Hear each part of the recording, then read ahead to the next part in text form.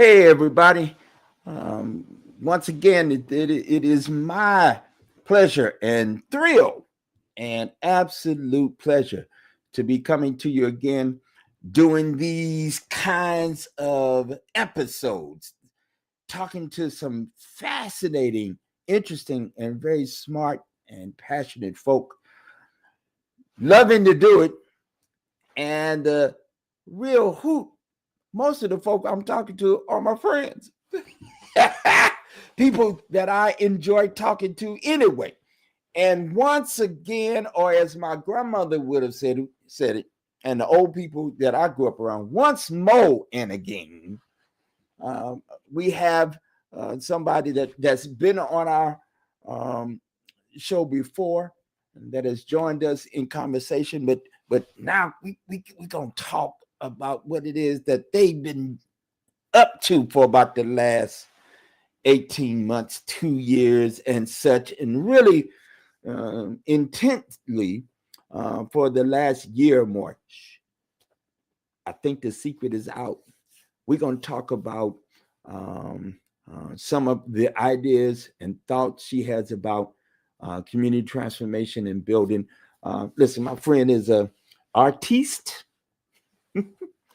a ordained clergy minister, a social innovator. I like that. I like that term, by the way. Social innovator, um, a leader, a community leader, and probably in the formal way, she's a person of faith um, and destined to become clearly known, not just in our area, in our region, and across this country as she already is, but known, far beyond the circles of, it's folk that know you, but then there are folk that don't know you, but need to know you.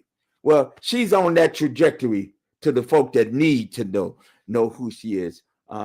She's from right here in Connecticut and has spent the better part of the last 20 plus years in ministry in and around the city of Hartford and in its region, and has been an innovator and a leader. Let me bring to this platform once again our sister and our friend, the Reverend Dr. Shelley D. Best. Come and greet the people, sis. Yay! If I had applause, and effects, that's you would get it right there. You get a standing O right there. All right, it's good to be here. Boy, you All really right. brought me on. Well, you're deserving of it. Listen, I'll tell our folk here. When we arrived here 25 years ago, my beloved and I and our children, um, I not long arrived, and I heard tell of some of your goings on. You at that time, um, I don't quite remember. You hadn't gotten to the Council of Churches yet, so that hadn't quite happened yet. But I tell you what you were doing. You were taught. We were at that time, if you remember, the Casey Foundation. That was some good money. We have to sit in a room for $500 for a weekend. Did you ever do one of those Casey projects? It's like I I'll sit in did. a room for $500, and they fly you someplace else.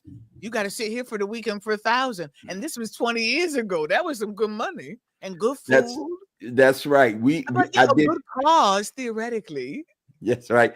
We were, in fact, I was a part of the team that I led a team with the Casey Foundation's money to Scoop at the time, which is the Seminary Consortium for Urban Pastoral Education, and we did an intensive week-long there, and I was the lead person. And there were some people that came along, and we went out to Chicago. I was a adjunct faculty for that.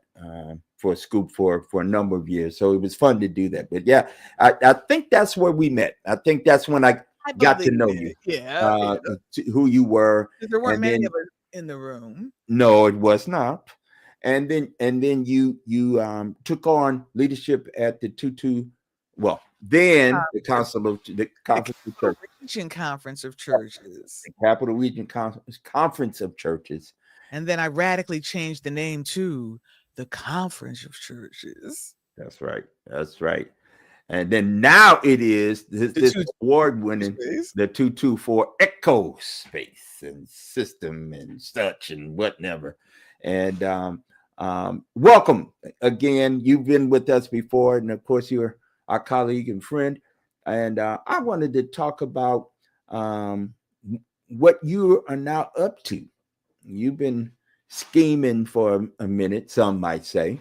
I'll say the Lord's been using you. Lord, Lord, Lord. Now that is truly what it is.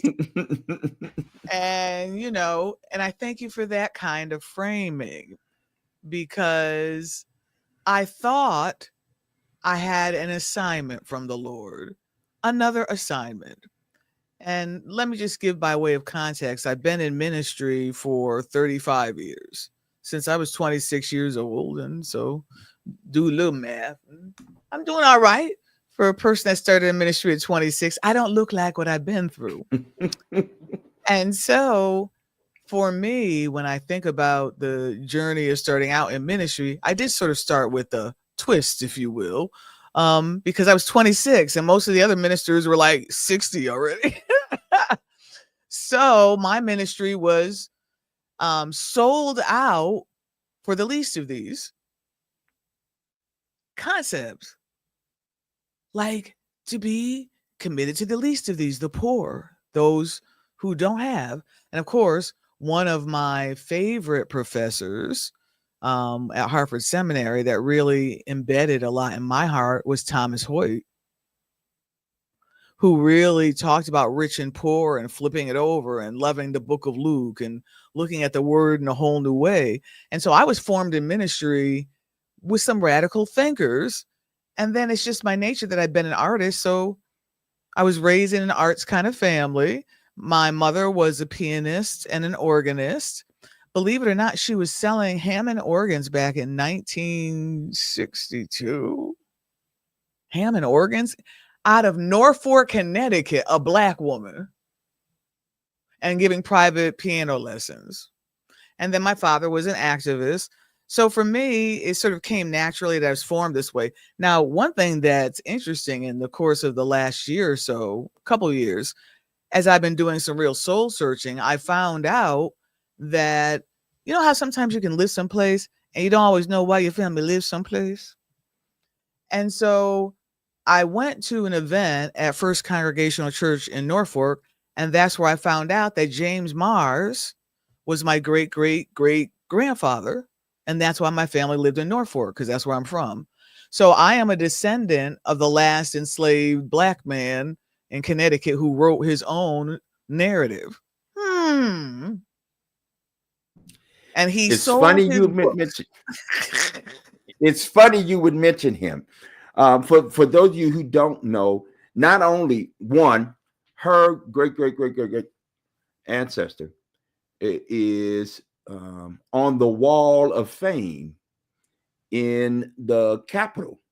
There is a hallway that connects the legislative office building to the actual Capitol building, and her ancestor is huge picture on the wall there. And I didn't know. I used to walk by him and wonder about him. Didn't even know he was my blood. Right. And he is an also a founding member of the Colored Congregational Society that then became the Colored Congregational Church that ultimately became Talcott Street Congregational Church, today's Faith Congregational Church. He is a founding member of that congregation. And well, when I discovered about James Mars, I realized I'm actually a part of Connecticut Black royalty. He's a part of the Freedom Trail. So if you want to know freedom fighters in Connecticut, Black people, I'm Black royalty in activism. It's like, to know it now, it makes a whole lot of sense, especially for my experience of creative disruption. So the assignment, let's see. don't want to tell too much of a story, but I became the CEO of the Greater Hartford Arts Council after serving for 8 years as pastor of Redeemer's Church in Plainville. And it's all right for us to be bivocational because in the Black church, you cannot afford to just work for the Black church because they cannot afford you. And so that's why most of us have other jobs. And so I got this position at the Arts Council. And I have to admit, after 22 years of being at the Conference of Churches and in the struggle in that certain kind of way, I thought, maybe I can kind of chill, not chill like I'm not going to work, but like, because it's one thing to work without resources, but it's another thing to work with resources. And so I knew I had an opportunity to work with resources and make a difference.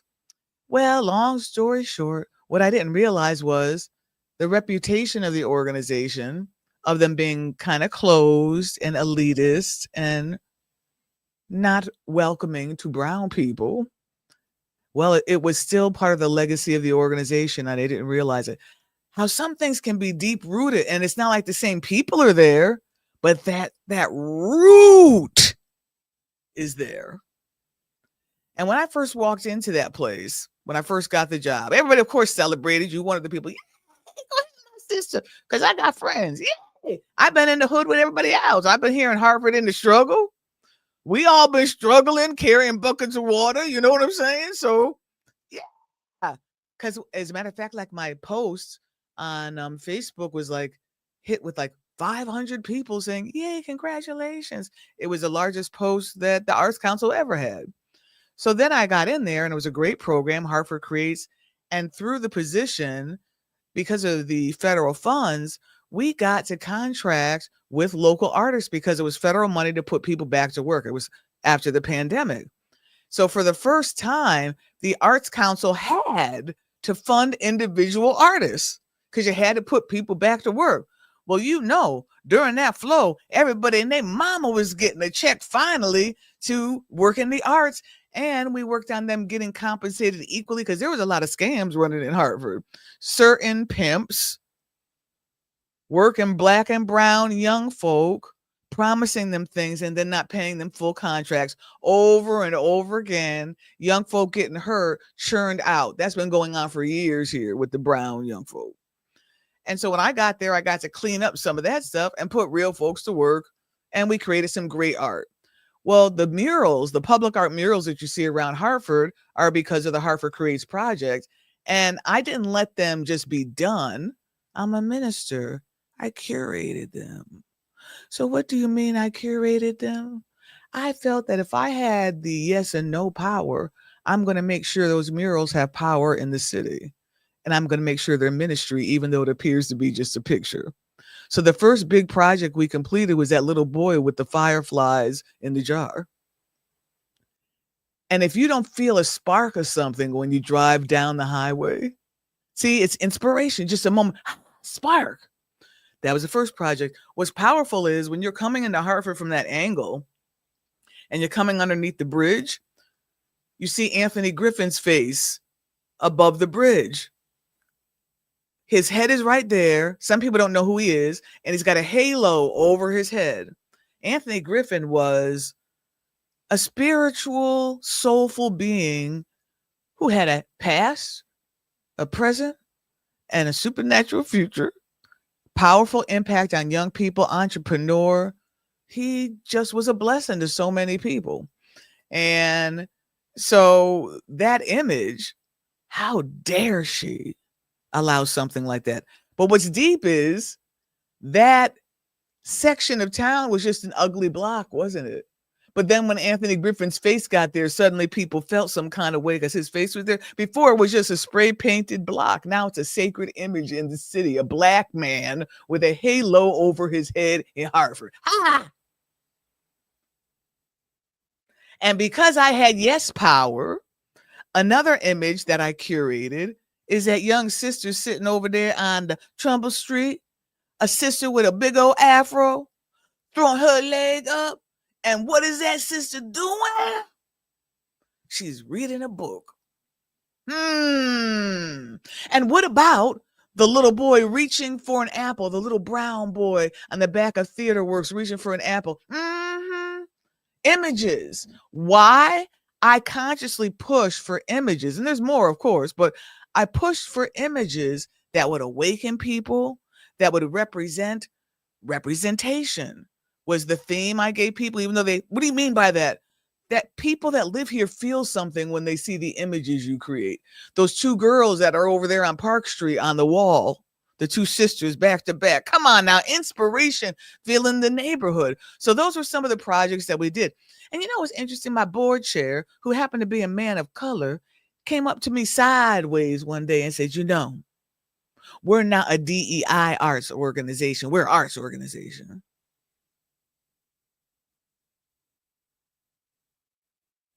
And this is a brown person talking to me like this. Really? Okay, I hear you. I didn't really know where I was, but I was in pre-MAGA land. And so as fast as I was working to help the organization grow and get really great impact, I was in MAGA land. So that brown man said to me, you need to diversify these murals you're putting up around the city. There's too many, And I had to say, in my mind, I'm like, Hartford is 2/3 Black and brown people. Why can't we be on the walls?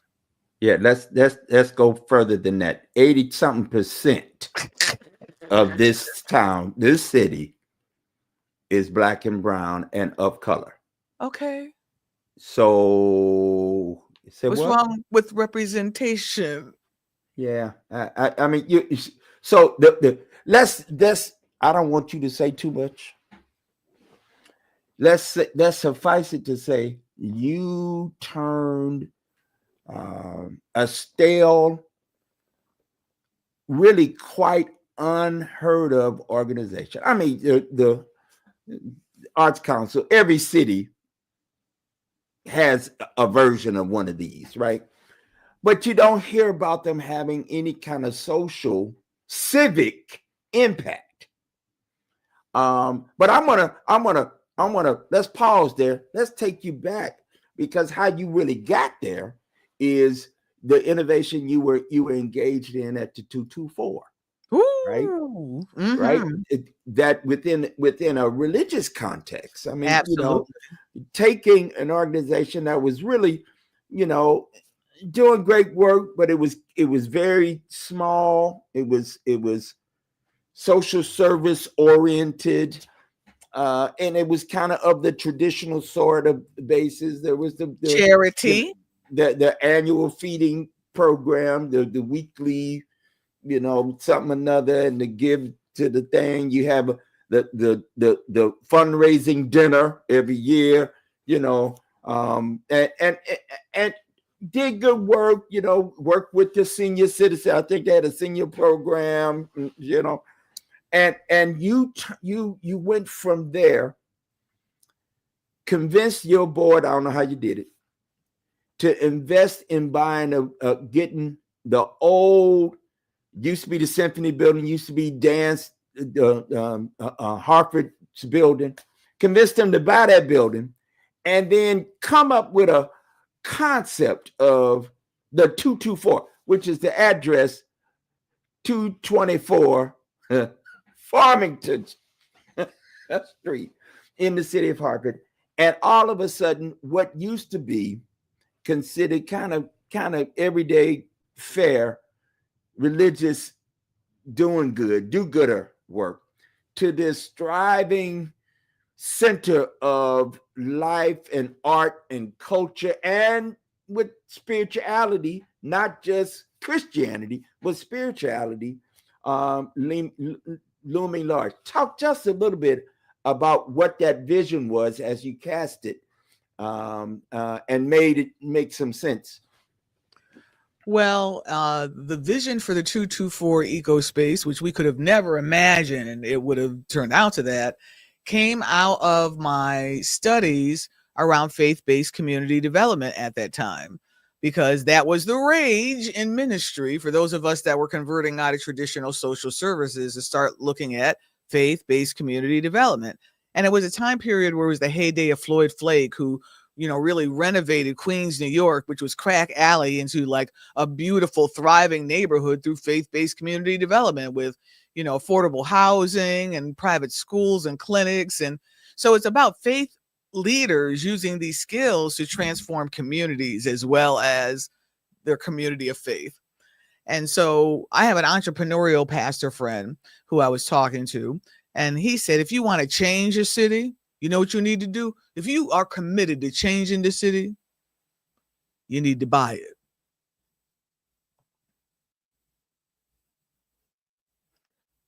You go by one city block and you have an impact on it, you can change the city. 224 is a block. So Floyd Flake gave us the inspiration. We started out, the way we started the ability to get the 224 was we organized a bus trip. This is old school.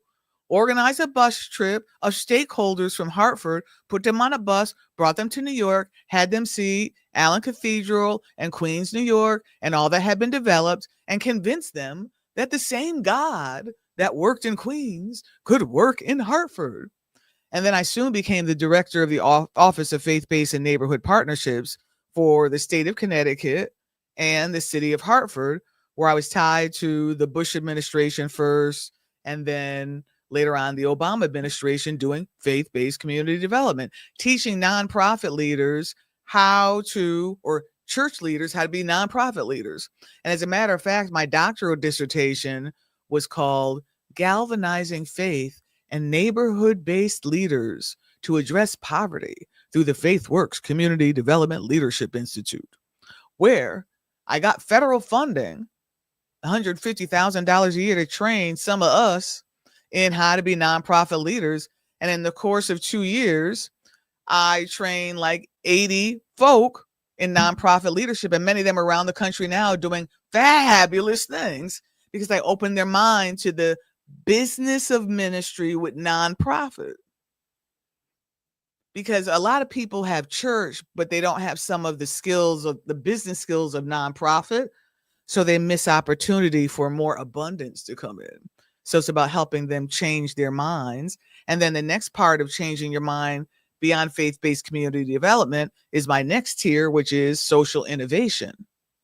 And social innovation is true entrepreneurship in faith-based sometimes context or in nonprofit context, where you take a nonprofit and you turn it into a business. Instead of just being a starving nonprofit, you find ways to raise money that are businesses, and you run the businesses to raise money for your nonprofit. And that's what the 224 Ecospace is, a business that raised money to support the Conference of Churches. And so we came about getting it because we ended up getting state money. So it's because we had a lot of good connections that helped us advocate to get the building. As good church people, we walked around the building 7 times. We laid hands on it. And inside the building, we walked around it, cast out everything, anointed every corner and every doorknob, prayed, open windows, all that stuff. One of our staff of another hue was walking through the building one day, and he's like, how come all the doorknobs are oily? So we don't know.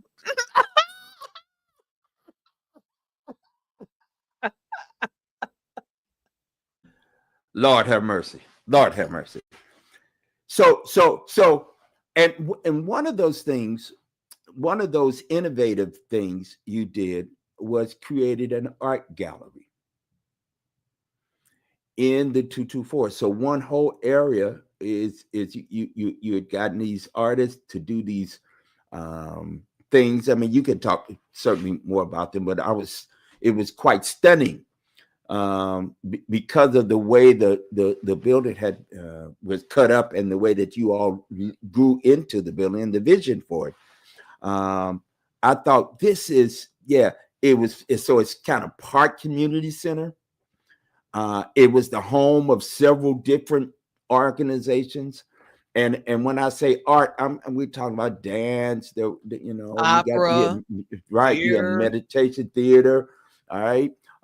You led yoga and Mm-hmm. other folk were doing that kind of spirituality stuff. So there was this cross blending of a number of things.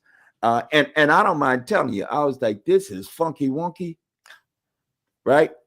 I don't know how this gonna work in this kind of traditional reality here in Hartford. It was like, yeah, I was loving it every minute of it. I would do tours of the city, and I would say, one of my friends is doing this building. Let me tell you, let's run through here, and you had a community garden out on the Mm-hmm. back end of the spot. So there was lots going on. This idea of the artist space was key to me. Talk a little bit about how that informed that particular part of the work. Well, really, the building was an art space. It had been renovated to be an art space in 1987. It just so happened that Sandy Cloud, who's still in Hartford, who was working with the Aetna Foundation, he was the person that took lead in developing that building into what was considered a state of the art space then in 1987.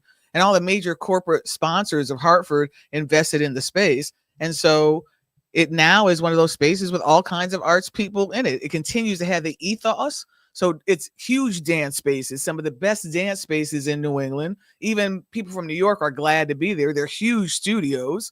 And then one studio we turned into a yoga space, another one to a co-working space. There's a cafe, the community garden in the back. Hopefully there'll be a commercial kitchen soon.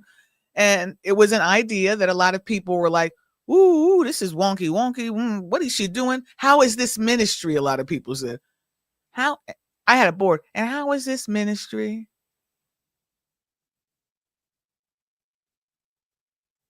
How is it not ministry? Okay.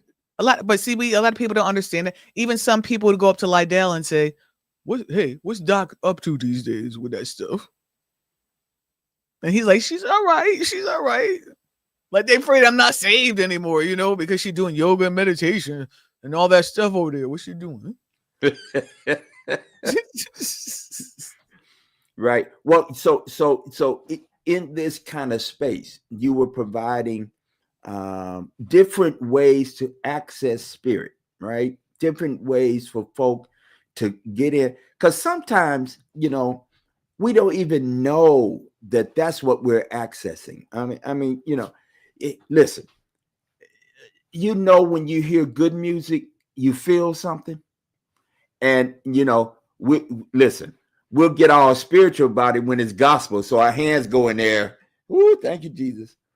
But or go like when this and something else, you get that. this is what I'm getting ready to say. When it's some Marvin Gaye, it make you feel another, or let me say, of a certain era, Marvin Gaye or Smokey Robinson, my mama Johnny Taylor, or Al Green. I mean, Okay. vintage Al Green.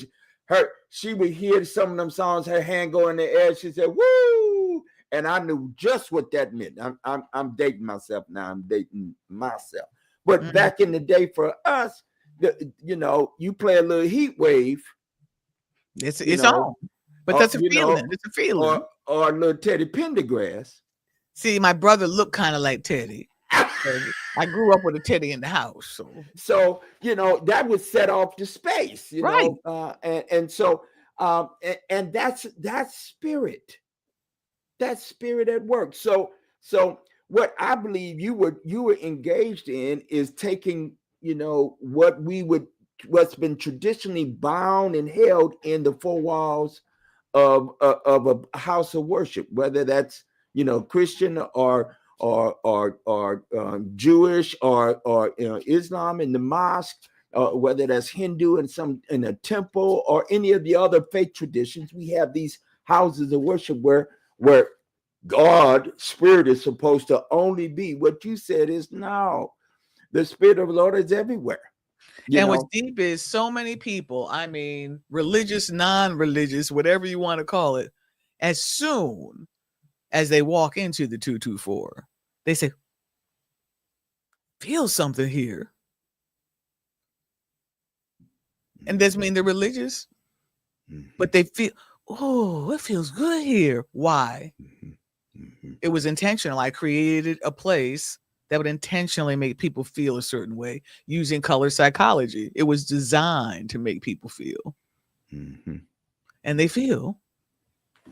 But then because people are not used to feeling what they feel when they're in the environment, we often had a lot of people come through and go, "Oh, it's so clean."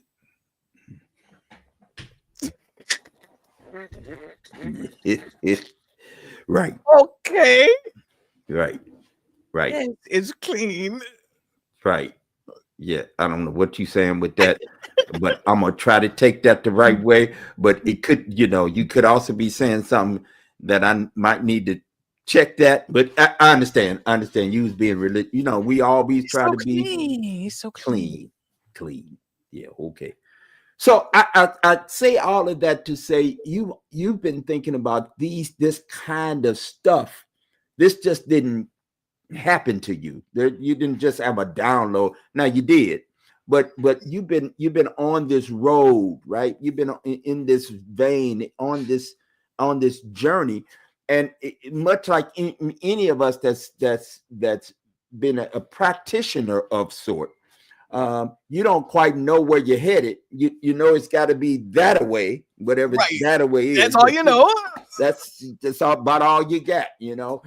It's much like what if we take the you and I the spiritual preacher route, you would say God told Abraham, go to a land I'll show you when you get there. Right. It's that a way. That happens Leave. too. That's right. Leave you and Sarah, or as my people would call it, Sarah, before she was Sarah, and go that way. And you headed in that way. You end up creating something pretty fabulous along with your team at the 224. Then headed to the Arts Council, and then there was a something. Well, there was a hiccup in the road. So, having been in ministry 30 years, dean of conference studies, training all the ministers in New England in the Amy Zion Church, and being a trainer of ministers at Harvard Seminary for 18 years. So, very well developed in ministry, very obviously faithful, been at it a long time, not a newbie. Well, during the pandemic, saw a lot of things. Life opened my eyes in a lot of ways. And in the midst of that time period, because of all the deaths and the hatred that was in the air, I really started studying love then. Studying love. Like, I know we say that's what this thing is, love. We say it, but do we really study it? So I was really studying it. So I spent 2 years of deep study on love. Of course, I was doing Bible study to go online and putting it out there in the universe. And then I also enrolled in a mindfulness meditation teacher training that was a 2-year program. That was Tara Brock and Jack Cornfield, who trained people to be meditation teachers. So I was already a certified yoga teacher. So then I would get a chance to be a meditation teacher too. And this is coming out of the pandemic. And that really prepared me for the mix of yoga, meditation, and the study of love opened me up to love. And I realized my flaws. I realized that my idea of love was very transactional. And I realized I was very disloyal in love. And I had to change. Because if love is it, I wasn't doing it well. And the text that really opened me up was the one that says, love the Lord your God with all your heart, your mind, your soul, and your strength, and love your neighbor as yourself. Love the Lord your God with all your heart, your mind, your soul, and your strength, and love your neighbor as yourself. Now, most people, when they hear that, they go, yeah, you should love God with all your heart, your mind, your soul, and your strength. You should love God like that. All your heart, your mind, your soul, your strength. That's how you should love God. Absolutely, because God is love. And if you're going to love God, You got to love God right. That's what folk will say, right? Heart, mind, soul. So if you're going to love God, you got to love God with all your heart, your mind, your soul, your strength. But then the next thing you would say to them is, so that means you should love yourself that way too, right? Be careful now, preacher. Be careful. Then they go, love yourself with all your heart. Love yourself with all your mind. Love yourself with all your soul. Love yourself with all your strength. That's loving yourself like that. Most people are going to say, nah, we're not supposed to love ourselves like that. We're supposed to love God like that, but not love ourselves like that. See, that's where we're wrong. Because love is all your heart, all your mind, all your soul, all your strength. Love is being. You got to be love. Love is being. You just got to stay straight, narrow in love. And what love is like the, what do they call those things? You know, when they build things, they hang that thing up in the air so it's straight. What do they call them things? And the ding-a-ling-a-lings. It's so The they wind have chime. straight measurement. Oh, plumb line. Plumb line, yes. Plumb line. Oh, So yes. plumb line lets you know what's straight.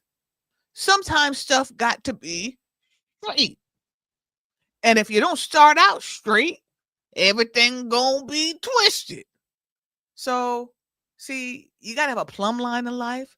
And the plumb line of life, I think, is love. Ooh. I hear you, sis. I hear you. So if you can't be in love like that, and what that kind of love is being, meaning you got to keep your stuff together. You can't be just going off on folk, and you got to act right all the time. You got to kind of control your little space that you occupy. Don't just be flying off the handle, going off on people. You got to just kind of keep it together. That's what love is. If you're loving yourself with all your heart, all your mind, all your soul, your strength, you got to control yourself. You just can't be flying off the handle out of control. You got to love yourself. So then the third part is loving your neighbor with all your heart, your mind, your soul, and your strength. Well, then people go, well, who's my neighbor? Whoever's there. Whoever. Well, this discovery of whoever for me was like love is being all the time. Whoever is there is love. So as a pastor, I'm called to love whoever. And so there was a whoever at my church that happened to be a member of the church in transition already. They came back to church once they knew there was a new pastor, but they were raised in that church. Beautiful hair, beautiful accessories, my kind of people, because, you know, got a little sparkle. So cool. Well, if you're a new member or returning member of the church, of a main family of that church, and I'm the pastor, isn't my role to be love and journey with you wherever you are? Plumb line, be love, journey with you wherever you are. I'm straight. I know my relationship with God, but I'm called to be with you and have sort of a straight allegiance to love. Stay in love.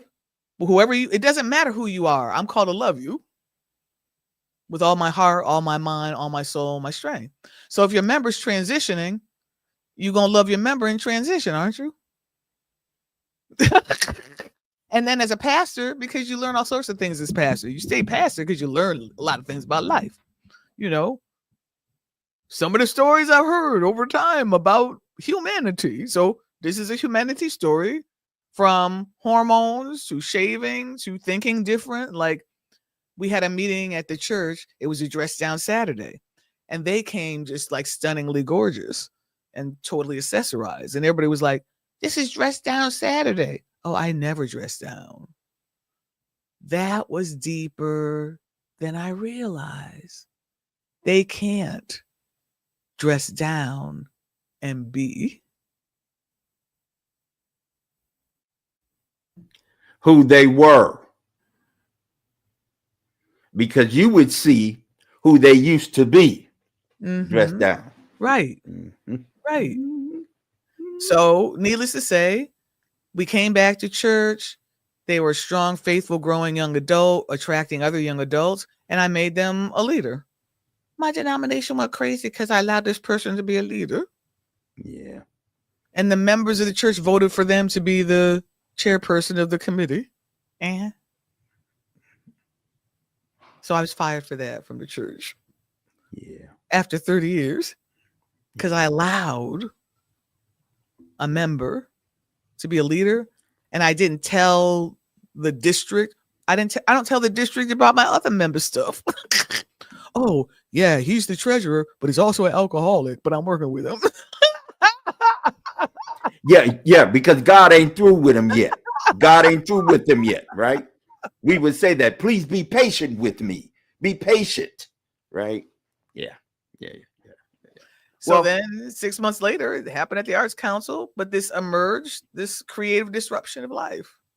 so that gets us to why that's why I wanted to talk to you about. You have just dropped a new book along with workbook and a whole launching a whole campaign. I'm gonna throw this in here. You're Yay! calling it creative disruption. Yes. And what one of the things I can talk to you about, could talk to those of you who are seeing this, watching this, and will watch this. That's why I wanted to spend just a little bit of time over the arc of your journey over the last 20 years or so, 20 year plus actually, was that this didn't just drop out of the air. Wow, you got a download, and that's what happens in my experience when divine gets you with something. You get a little bit of a boom, a download. But what I've also resonate with this creative disruption. I have had occasion for you to call me and say, listen, I'm not going to be out there on the line like you, but what can I do from where I'm at? Right. And we've had more than one conversations over the time we've been related to one another. Talk to us a little bit about, you have some core ideas, you call them pillars, to what creative disruption is. Kind of talk to us in brief about what those are and what you're trying to get at when you say creative disruption. And let me just start with there because creative disruption was the phrase they dropped in my spirit, and I was realizing that art has a way of shocking you, disrupting the flow of your everyday life.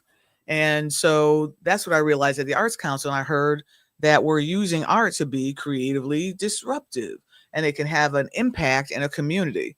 So I started to see that art is really a medicine for community, and that's what creative disruption is all about. So I opened the book by talking about the Greater Hartford Festival of Jazz and how that's a huge creative disruption that brings over $3 million to Hartford from one weekend. So some people might think it's just folks having jazz, but it's a creative disruption because it's economic empowerment. It brings artists to a space, and it's something that builds community. It creates a space like that. So my model of creative disruption is to create them all around the world as little pods and public art spaces that bring people together, because we're living in a time where people don't come together that much anymore.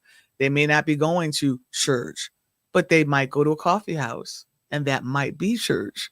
Or they might be willing to go to a jazz festival, which is church. Or they might be willing to go to the symphony, which is church. And so I want people to still have uplifting experiences, and I call that creative disruption as well. But then the other thread of creative disruption is the reality that as I was studying those public space creative disruptions, like how Little Amal came to Hartford, the puppet Amal, and she crossed over Main Street. That's public art.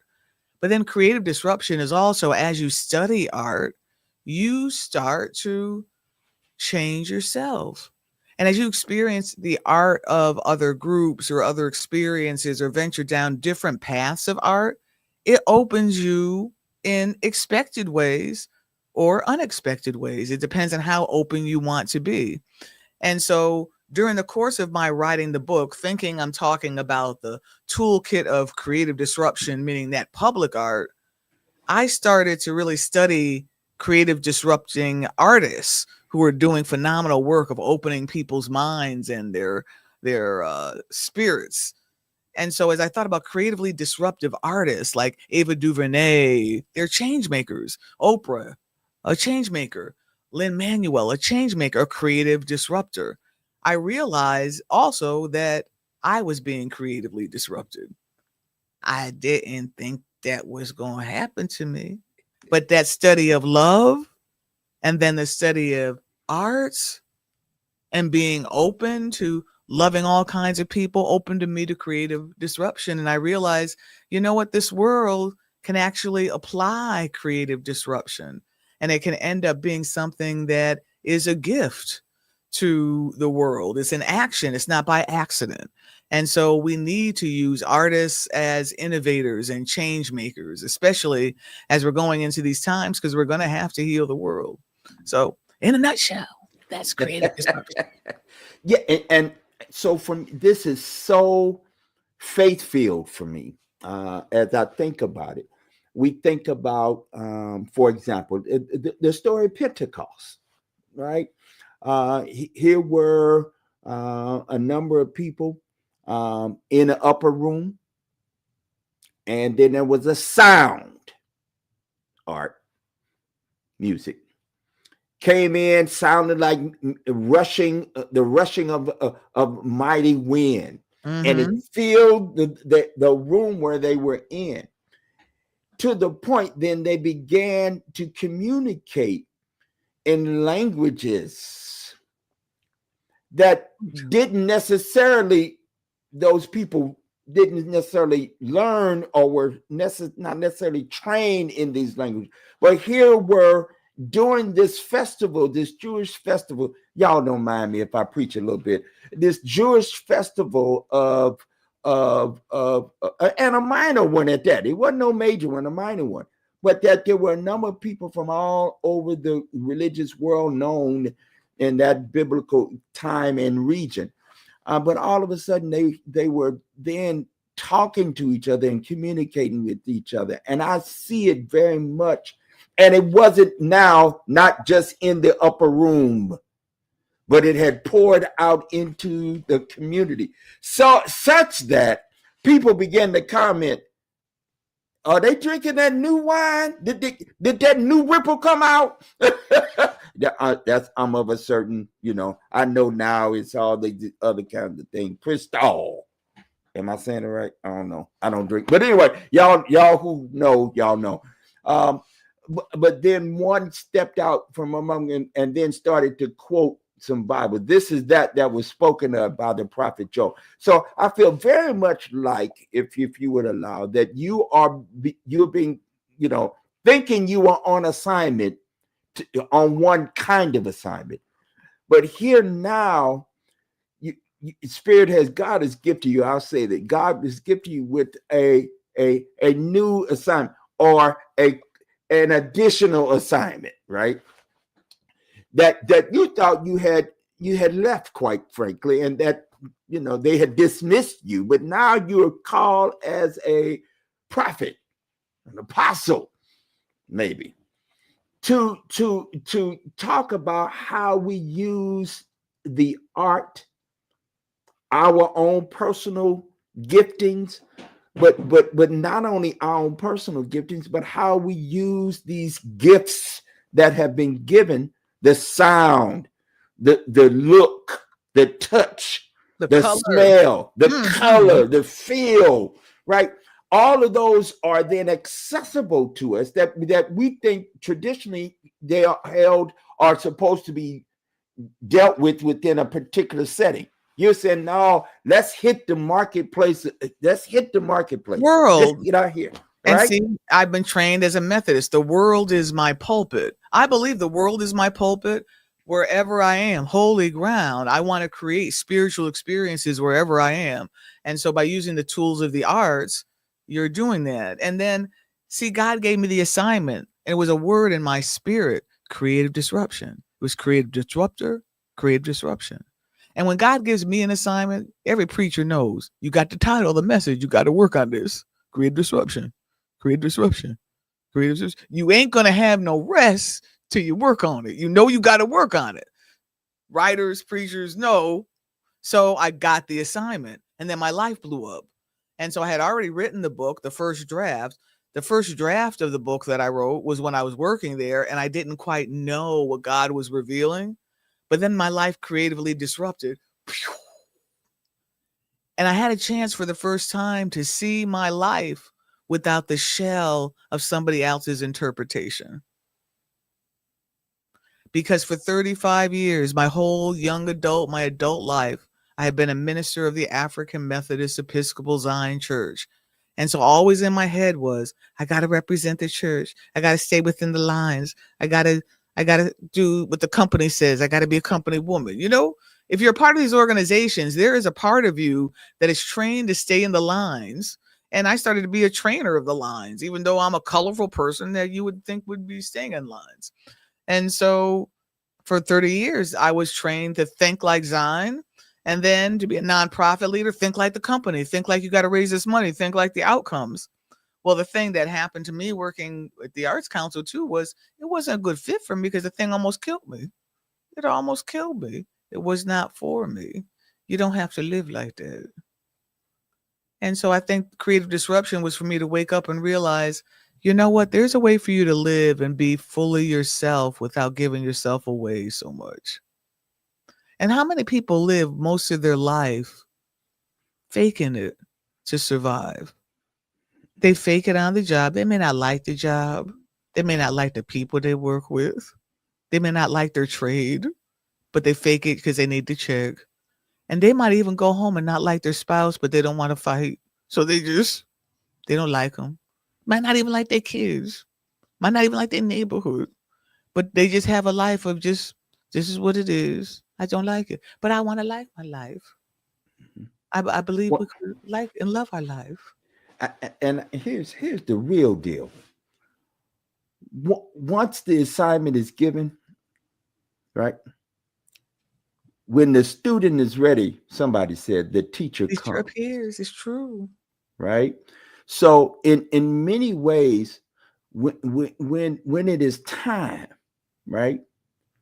The message, the title is given, and if any of us who are creators, there are multiple paths to creation, right? I'm a songwriter. I'm a musician, and my first love and my first art is music, right? And songwriting in particular, and then being in music production, and lived a whole career and a whole life of that, while also becoming into ministry, in a more traditional sense. And often I would get a word or two and a phrase. And then, just as you said, it won't let you go. It won't let I was, and I'm thinking on a song I did, After the Night, and that's all I had. And I messed around. Was working on a project for a sister friend of mine. And it came to me, finish the song. And I finished the song in that production, those production sessions. And we ended up singing a duet, myself and a sister that I wrote the song for. And it was her little hit on her little record back in the day. Okay. I'm reflecting now today on that process. The song didn't really come until I was ready for them to give the message, and the messenger was ready to deliver the message. Boy, I'm talking good. I'm talking real good. So here you are. You've had a tremendous trajectory, and now creative disruption has now come. Um, Yeah, yeah. I, in the last few minutes we got tonight, talk about what you hope to accomplish now. Now it's being birthed. It's being delivered to the world. And let me also say, I don't think anything happens by happenstance. I think there is a God directed moment, God moments all throughout this that got you here. And I also know that when something like this is it's birthed, it happens within the context of community.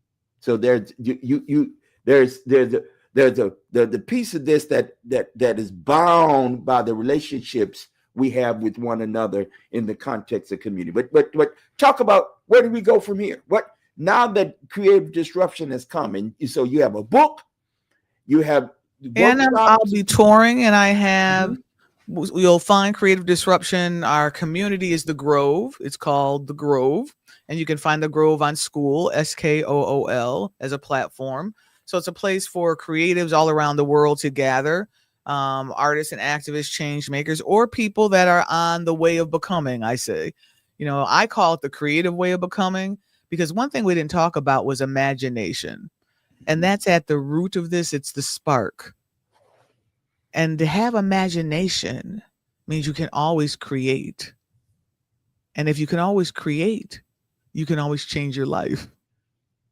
And when my life blew up, just like the phoenix, I might have gone down, it might have been ashes, but I came back with a new life. And so I recognize the newness of that life that I have. That's also part of creative disruption in that season of change. So I'm going to be building communities all around the world, hubs, I'm calling them. And I think, in essence, as I was talking to God about this, they're calling gatherings at the Grove. So there'll be groves all around the world, cities around the world. When I go there, it's a gathering at the Grove. And I realized, oh, it sounds like church without saying church. And I'm training people to Mhm. be leaders without making them ministers. Mhm. Because I Mhm. think the terms are so loaded. I'm just letting it go and seeing if I can just have the essence of the good. Right. Right. Well, I am pleased to be partnering with you. We're on this journey together. I think it is fantastic what happens when you sometimes you come kicking and screaming, right? And you may be one of them ones because you just gotta, you know. I think, and I other thought I was times. all right. I thought it was enough. I thought I had done enough. Ain't I okay, God? Don't you think you okay by now? I'm okay. Aren't I okay? Just when you think, then there is the. I'm fascinated by artists, and the artists that I know and that I've had the privilege to journey with um, closely. One of my big brothers and mentors in the work, his name is James Mtume, and he transitioned into the ancestors, the realm of the ancestors a couple of years back here. And one of the things he talked often about, and he helped me to lean into is he'd create a thing. So you may know James Mtume. Early on, he was a jazz musician Mm. and toured for 5 years with Miles Davis, Mhm, doing mhm. Miles's experimental music learning, music experimental stuff. And then he transitioned. He became a part of the backup group and music production group of Roberta Flack. And then on the side, he and one of his music writing partners started a production company, and he produced songs with Stephanie Mills, "What You Gonna Do in My Loving," Phyllis Hyman, and there's a whole list of folk. On the side, he was working with his own band. All right. And then 19, I think stuff really, I mean, he got nominated for a Grammy, won a Grammy with Stephanie Mills, and Two Hearts Are Always Better back in the late 70s. You remember that? Yeah. And The Closer I Get to You, Roberta Fleck and Donny Hathaway. That's his composition. So these are hits, right? These are hits. Hit making machine, and then he shifted around so young people know Biggie's Juicy. But in the 1980s, Juicy Fruit was the jam, known to us by just the beginning of it was a drum beat, right?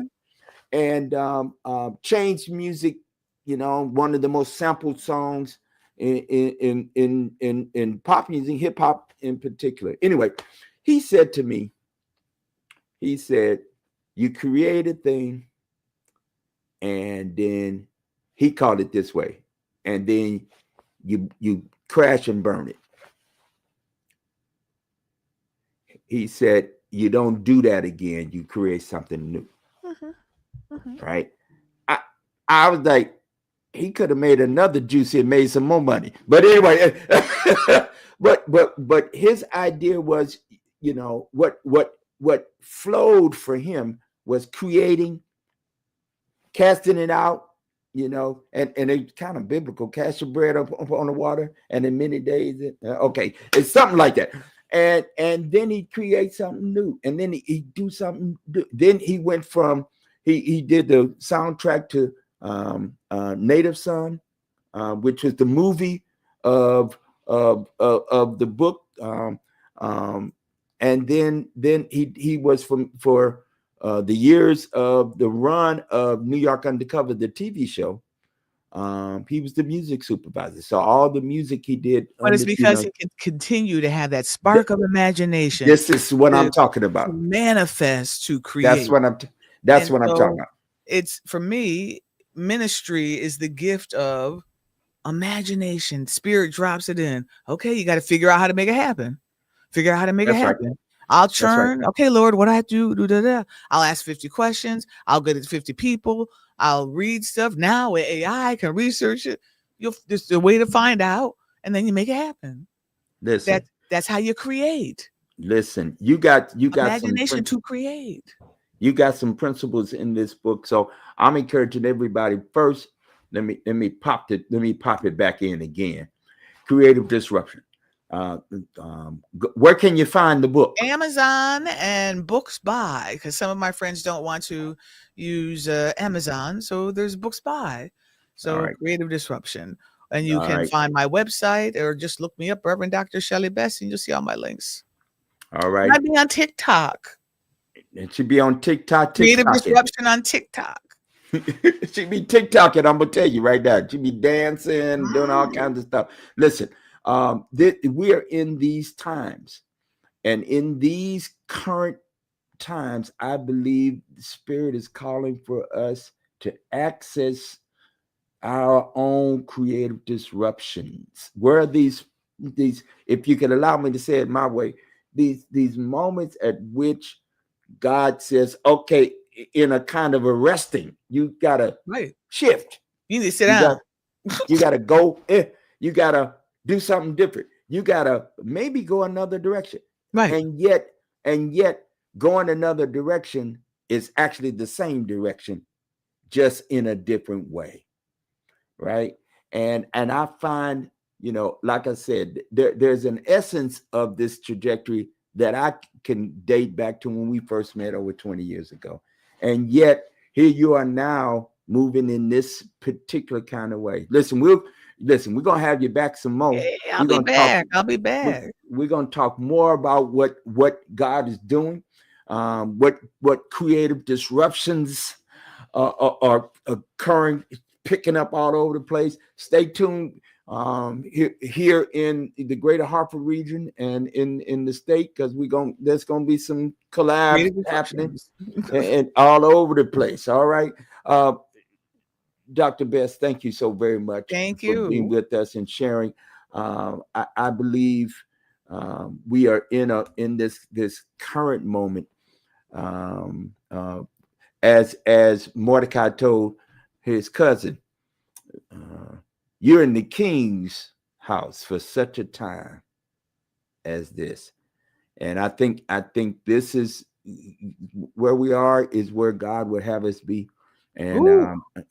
I'd say to you, God bless you in your every endeavor, as we do what we can to creative disrupt all over the place. All Creative right. disrupt Let's make all it over the place. happen. All right. See y'all next Thank time. you. Peace. Thank you, Dr. Best. We'll Thank see you you. real soon, y'all. Peace.